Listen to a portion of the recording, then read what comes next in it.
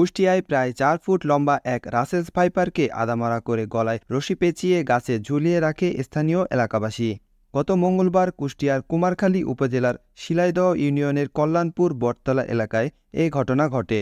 পরে এমন দৃশ্য ভিডিও ধারণ করে ফেসবুকে পোস্ট করলে ঘটনাটি দ্রুত ভাইরাল হয়ে যায়। স্থানীয় সূত্রে জানা যায়, জিয়াউর রহমান নামের এক কৃষক মাঠে ঘাস কাটার সময় সাপটি তার দিকে ঝাঁপিয়ে পড়ে। সে সময় তিনি সাহস করে হাসুয়া দিয়ে আঘাত করে সাপটিকে আদামারা করেন।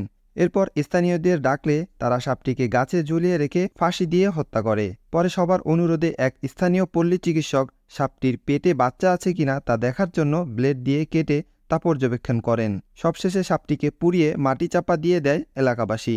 অপরদিকে রাসেলস ভাইপার সাপের খবরে আতঙ্কিত স্থানীয় বাসিন্দারাও। তবে বিষয়টি অমানবিক ও আইনবিরোধী বলে দাবি করেছেন প্রশাসনের কর্মকর্তা ও পরিবেশবিদরা।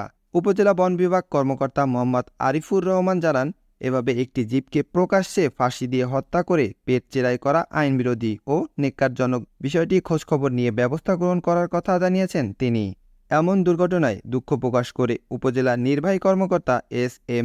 মিকাইল ইসলাম জানান, মানুষ আতঙ্কে অনেক কিছু করে ফেলে, সকলকে আরও সচেতন হওয়ার আহ্বানও জানান তিনি।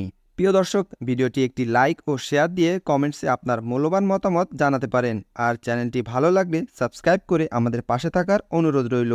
ধন্যবাদ।